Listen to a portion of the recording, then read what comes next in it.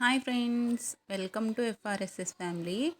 ఈరోజైతే నేను బ్లౌజ్ అనేది కొలతలతో, టేప్ కొలతలతో మీకు ఎలా కటింగ్ చేయాలో సింపుల్ వేలో చూపిస్తాను అన్నమాట. ఇది అనేది లైనింగ్ బ్లౌజ్ ఫ్రెండ్స్. ఫస్ట్ అయితే లైనింగ్ బ్లౌజ్ని మన వైపు ఫోల్డింగ్ మన వైపు ఉండేలా చేసుకోవాలి. మనకి ఆది ఇచ్చిన బ్లౌజ్ వచ్చేసి 13.5 ఉందన్నమాట. 13 ఉంది, 13.5 పెట్టుకోవాలి ఖర్చుతో యాడ్ చేసుకొని. తర్వాత ఆమ్ హోల్ వచ్చేసి పావు తక్కువ 6 ఉంది. నెక్స్ట్ వచ్చేసి షోల్డర్ వచ్చేసి 5.5 పెట్టేసుకోవాలి. నెక్స్ట్ ఆమ్ హోల్ దగ్గర నుంచే మనం ఏం చేయాలంటే చెస్ట్ లూజ్ అనేది పెట్టేసుకొని, దానికి చెస్ట్ లూజ్ ఎంత ఉందంటే 8.5 ఉందన్నమాట.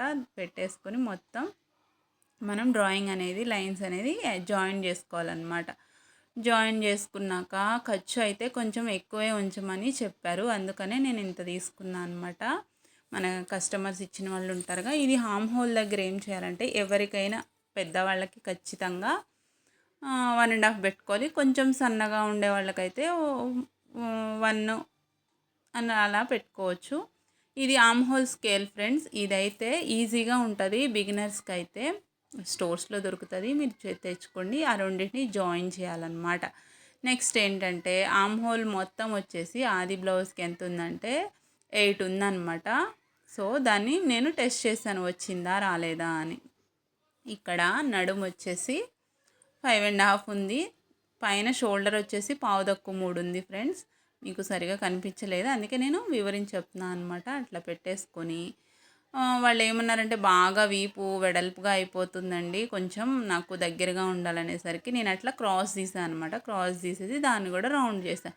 వాళ్ళు రౌండ్ నెక్కే కావాలి, ఇంకేమొద్దు స్పెషల్గా అనేసి, మామూలు డైలీ వేర్ శారీయే అన్నారు. సో దానికి ఏంటంటే అట్లా పెట్టేసాను అనమాట. పెట్టేసి కట్ చేసుకోవాలన్నమాట. జాగ్రత్తగా నిదానంగా ఓపికతో కట్ చేసుకోండి. ఏదైనా సరే మనకి మిషన్ రావాలంటే ఖచ్చితంగా ఓపిక అనేది మెయిన్ ఫ్రెండ్స్. అట్లా చేసిన తర్వాత శుభ్రంగా కట్ చేసేసుకొని టస్క్లు అనేవి పెట్టుకోవాలి. నెక్స్ట్ ఏంటంటే హ్యాండ్స్ అనమాట. హ్యాండ్స్కి అట్లా ముందుగా సమానంగా కట్ చేసుకోవాలన్నమాట. కట్ చేసేసుకున్న తర్వాత ఏమీ ఎక్స్ట్రాస్ ఏమీ లేకుండా కట్ చేసుకొని ఒక హాఫ్ అంగుళం ముందుగానే జాయిన్ చేసుకోవాలి. మనకి ఇచ్చింది ఏంటంటే ఆది బ్లౌజ్లో వాళ్ళు 1 అంగుళం ఎక్స్ట్రా కావాలండి అన్నారు. సో ఏంటంటే ఎక్స్ట్రా పెడితే టోటల్గా ఎంత ఉందంటే 7 ఉంది. దానికి 7కి మనం ఇది నా చంక భాగం ఎంత తీసుకోవాలంటే హాఫ్ తీసుకోవాలి. 7లో సగం ఎంత అంటే 3.5 అనమాట. దాన్ని ఇట్లా కర్వ్ షేప్లో చక్కగా డ్రా చేసుకోవాలన్నమాట. నీట్గా ఇక్కడ కర్వ్ అనేది మంచిగా కుదరాలి ఫ్రెండ్స్. నేను ఇట్లా చక్కగా నీట్గా చేసేసుకొని దాన్ని స్కేల్తో మార్జిన్స్ అనేవి గీసుకొని ఎక్స్ట్రా కూడా మనం ఎక్స్ట్రా పెట్టుకోవాలి. అసలు అయితే ఎక్స్ట్రా 1.5 సరిపోతుంది. వాళ్ళు అడిగారనమాట, మరీ అడిగారు ఖర్చులు ఎక్కువ ఉంచండి కావాలి అనేసి. సో నేను అంత పెట్టుకున్నాను అనమాట. ఇదేంటంటే ఇప్పుడు హ్యాండ్ కటింగ్ చేసుకుందాము. హ్యాండ్స్ అట్లా డ్రా చేసుకున్న తర్వాత ఎక్స్ట్రాస్ని కట్ చేసేసి ఇట్లా షేప్ తీసుకుంటూ నిదానంగా కట్ చేసుకోవాలన్నమాట. కట్ చేసుకున్న తర్వాత టస్కులు మెయిన్, ఖచ్చితంగా టస్కులు అనేవి పెట్టుకోవాలి. అవే మనకు మెయిన్ గుర్తులు అన్నమాట. ఇక్కడ సెంటర్లో ఒకటి, ఇక్కడ చంక దగ్గర ఒకటి పెట్టేసుకొని, ఇప్పుడు ఎవరికైనా చేతులకి కానీ, చిన్నపిల్లలకు కాకుండా పెద్ద పిల్లలకి చేతులకి కానీ ఫ్రంట్ పార్ట్లో కానీ లోతు అనేది తీయాలి ఫ్రెండ్స్. అదేంటంటే ఒక 1/2 ఇంచ్ తీయాలన్నమాట. లోతు తీయకపోతే అసలు అది సెట్ కాదనమాట. బ్లౌజ్ అనేది లోతు తీసి కట్ చేసుకోవాలన్నమాట. ఒక పావు ఇంచే ఫ్రెండ్స్, ఎక్కువ పావు కూడా కాదు, పావు ఒక 1/2 ఇంచుకి తక్కువ, పావు ఇంచుకి ఎక్కువ ఉంటుంది. కట్ చేసేసుకొని నిదానంగా మన చంక భాగం నుంచి షోల్డర్ మీదకి వెళ్ళేటప్పుడు కట్ చేయాలన్నమాట. అక్కడ ఒక గుర్తు పెట్టుకోవాలి, అది ఫ్రంట్ పార్ట్ అన్నట్లు. మనం లైనింగ్కి జాయిన్ చేసేటప్పుడు ఏంటంటే అట్లా గుర్తు పెట్టుకోవడం వల్ల మనకి ఇది ఫ్రంట్ పార్ట్ అని ఈజీగా అర్థమవుతుంది అన్నమాట. తర్వాత ఇట్లా పెట్టుకున్న తర్వాత చూసారుగా ఒక 1/2 ఇంచ్ కూడా లేదు, 1/2 ఇంచ్ కన్నా కొంచెం తక్కువ ఉంది. ఇది నడుం పార్ట్ అనమాట. ఇప్పుడు ఫ్రంట్ పార్ట్ కట్ చేయాలంటే నడుం పార్ట్కి ఒక 2 అంగుళాల ముందే మనం మడుచుకోవాలన్నమాట క్లాత్ని. నేను ఇక్కడ చూపిస్తున్నాను కదా, మడుచుకొని ఇప్పుడు చెస్ట్ నుంచి ఫ్రంట్ పార్ట్కి ఎంత ఉందంటే చెస్ట్ లూజు 8 ఉందన్నమాట. అక్కడ మార్క్ చేసుకొని దాన్ని కిందకి డ్రా చేసుకోవాలన్నమాట. ఎందుకంటే మనకి అది గుర్తు అనమాట. ఇవన్నీ కొన్ని స్టిచ్చింగ్లో మనకి బండ గుర్తులు అనేవి ఉంటాయి ఫ్రెండ్స్. అవి మన మైండ్లో ఫిక్స్ అయిపోవాలి. అవనేది ప్రతి బ్లౌజ్కి ఒకేలా ఉంటాయి. కొలతలు మారుతాయి తప్పితే అవనేది మారదనమాట. అట్లా పెట్టేసుకొని ఇప్పుడు రౌండ్ కట్ చేసేసుకోవాలి. ఇక్కడ మనకి నెక్ దగ్గర ఒక చిన్న టాస్క్ కానీ చిన్న ఒక అంగుళం మందం కట్ చేసుకోవాలి. ఎందుకంటే అది మనం ఈ ఫ్రంట్ నెక్ తీయాలంటే అక్కడి నుంచే తీయాలన్నమాట. నేను చూపిస్తా చూడండి. మొత్తం ఇట్లా కట్ చేసేసుకొని ఒక జరగకూడదు, క్లాత్ అనేది జరగకుండా బరువు ఏదైనా పెట్టేసుకొని కట్ చేయాలి. నేను చూపిస్తున్నాను కదా, కట్ చేసిన పార్ట్స్ అన్నీ సపరేట్ చేసేసుకోండి. లేకపోతే మొత్తం కన్ఫ్యూజ్ అయ్యి కట్ అవుతుంటే అది ఒక చిన్న ఒక 6 అంగుళం కట్ చేసుకొని అట్లా గుర్తుంచుకోవాలన్నమాట. ఇది కూడా ఒక గుర్తు అనమాట. అంత తొందరగా రాదులేండి, నిదానంగా వస్తుంది. మొత్తం కట్ చేసిన తర్వాత నేను చెప్పాను కదా ఇందాకే ఫ్రంట్ పార్ట్లో లోత్ అనేది తీసుకోవాలని, ఫ్రంట్ పార్ట్కి హ్యాండ్స్కి ఇక్కడ కూడా ఒక 6 అంగుళం మందం తీసుకోవాలన్నమాట. లోతు తీసుకోకపోతే ఏదో టైట్ పట్టేసినట్లు ఉంటుంది ఫ్రెండ్స్. ఎవరికైనా పెద్ద పిల్లల దగ్గర నుంచి, మరీ చిన్న పిల్లలకు అవసరం లేదు, పెద్ద పిల్లల దగ్గర నుంచి ఖచ్చితంగా తీసుకోవాల్సిందే. ఏ ఏజ్ వాళ్ళకైనా తీసుకొని నీట్గా కట్ చేసుకొని అదిగోండి చూపిస్తున్నాను కదా, అక్కడ కట్ చేసి పక్కన పెట్టేయాలన్నమాట. ఇప్పుడు ఫ్రంట్ నెక్ అనేది కట్ చేద్దాం మనం. ఫ్రంట్ నెక్ కట్ చేసేసుకోవాలంటే ముందు నేనైతే 6.5 అంటే మొత్తం మనకి షోల్డర్లోకి వెళ్ళిపోయే జాయింట్ చేస్తే దాంతో కలిపి 6.5 పెట్టుకున్నాను. మనకి టోటల్గా 6 వస్తుంది అనమాట, జాయింట్లోకి వెళ్ళిపోతుంది. కట్ చేయడానికి 6.5 పెట్టుకుని రౌండ్ తిప్పుకున్నాను. తర్వాత దాన్ని ఏం చేశానంటే నేను ఇది కరెక్టా కాదని ఖచ్చితంగా మనం ఫ్రంట్ నెక్ దగ్గర చాలా జాగ్రత్తగా కట్ చేయాలి. లోతు వెళ్తుంది, కొంతమందికి మరీ పైకి వస్తుంది.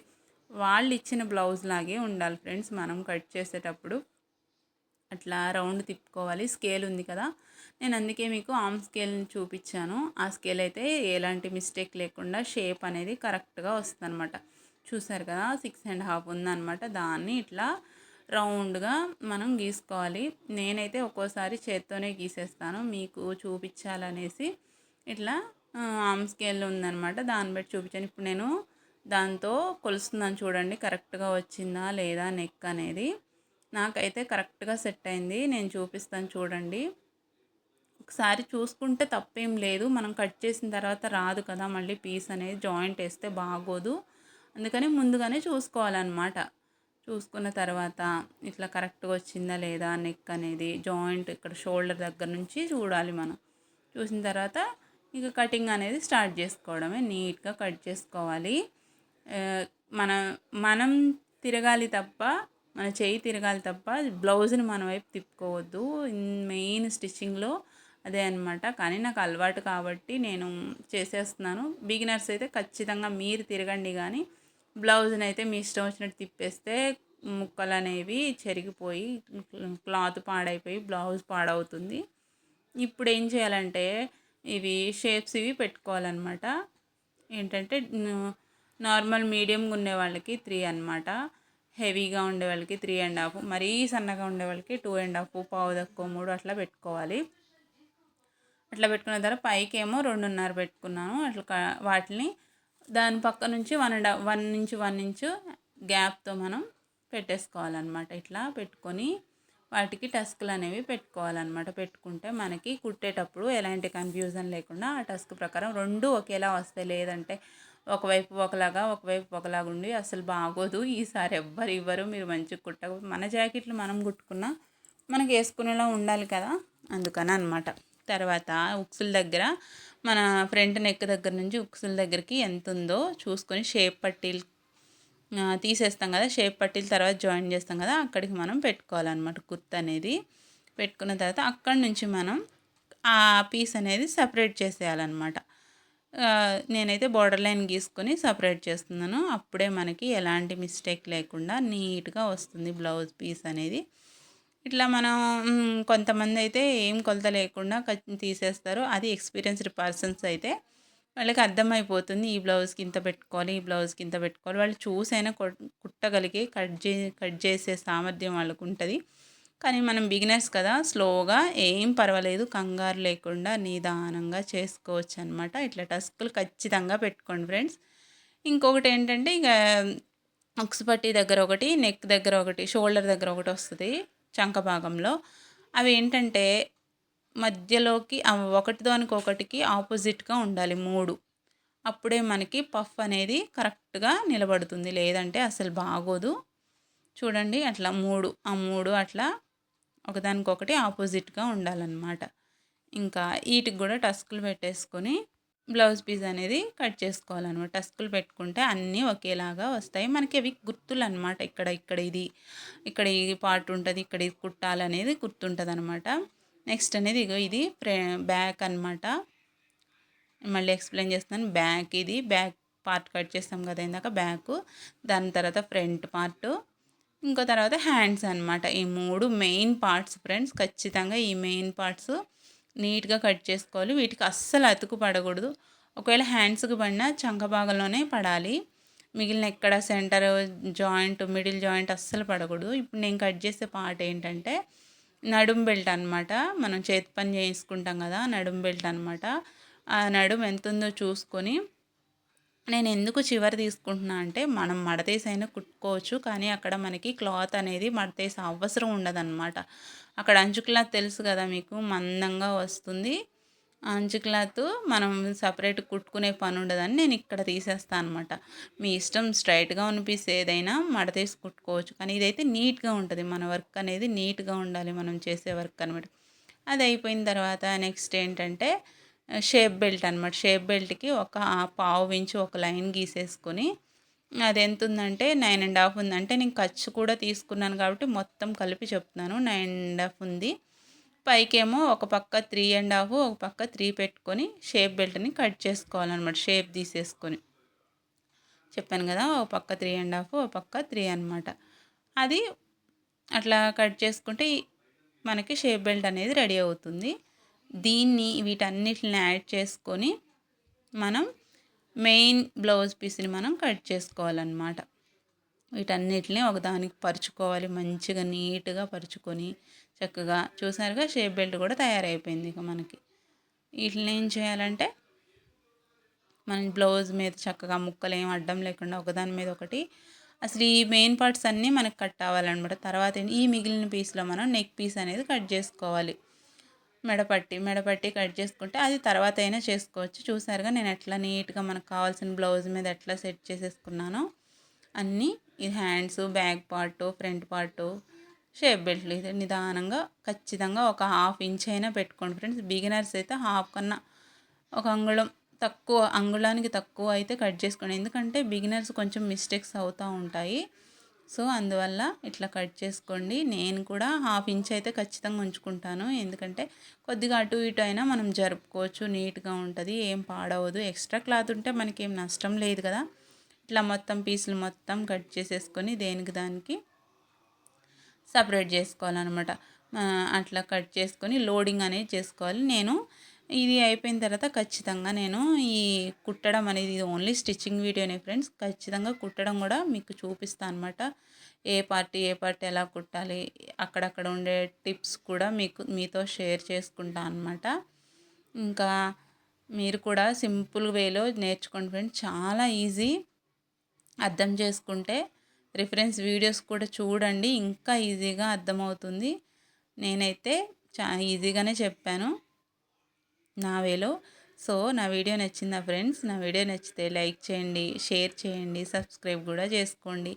ఇట్లా నీట్గా క్లాత్ అనేది జరగకుండా నీట్గా కట్ చేసుకోండి. మీకు జరుగుతుంది అనుకుంటే ఏదన్నా దాని మీద వెయిట్ పెట్టుకోండి, బరువు పెట్టుకుంటే ఎక్కడికి జరగదనమాట. ఒకళ్ళు ఫ్యాన్ వేసినా ఎగిరిపోవటం అట్లా జరుగుతుంటుంది అనమాట. ఇవన్నీ మనకి తెలియవు కాబట్టి చెప్తున్నాను అనమాట ముందుగానే. ఇట్లా జరిగిన తర్వాత మొత్తం కట్ చేసేసుకొని షేప్ బెల్ట్స్ అన్నీ చూసారుగా. నేను అంగుళం పైనే ఉంచుకుంటున్నాను, ఎందుకంటే ఇవి చేసేటప్పుడు మిస్టేక్స్ ఎక్కువ వస్తాయి బిగినర్స్కి. నేను చెప్పింది అందుకే అనమాట. ఇట్లా ఈ ఎక్స్ట్రా క్లాత్స్ని కూడా ఎప్పుడు పడేయొద్దు, ఖచ్చితంగా దగ్గర ఉంచుకోండి.